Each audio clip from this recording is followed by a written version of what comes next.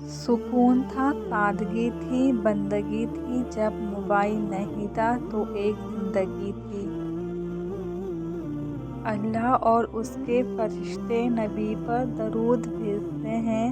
मोमिनों, तुम भी उन पर दरूद और सलाम भेजा करो। तुम्हें बहुत लोग बदनाम करने की कोशिश करेंगे, मगर तुम याद रखना कि इज्जत और जिल्लत सिर्फ अल्लाह के हाथ में है। तुम पानी जैसे बनो जो अपना रास्ता खुद बनाता है। पत्थर जैसे ना बनो जो दूसरों का रास्ता भी रोक लेता है। एक गलती हो जाए तो लोग बात तक नहीं करते, और हमारे इतने गुनाह करने के बाद भी हमारा रब हमारा रिज़्क बंद नहीं करता। दिल पर लगी बातें अक्सर आवाज़ छीन लेती हैं। मोहब्बत माँ से सीखो और सब्र बाप से।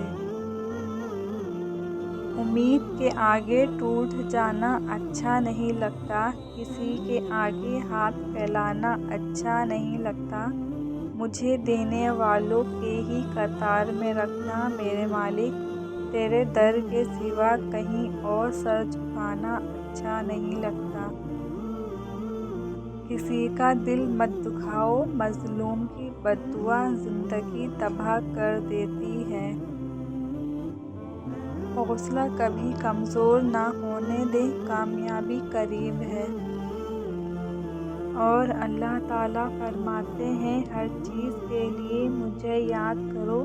अगर वो तुम्हारे हक में बेहतर ना भी हो तो उसको बेहतरीन बनाकर अता कर दूंगा। बस इतना ख्याल रखना कि कोई तुम्हारी वजह से खुदा के सामने ना रोए।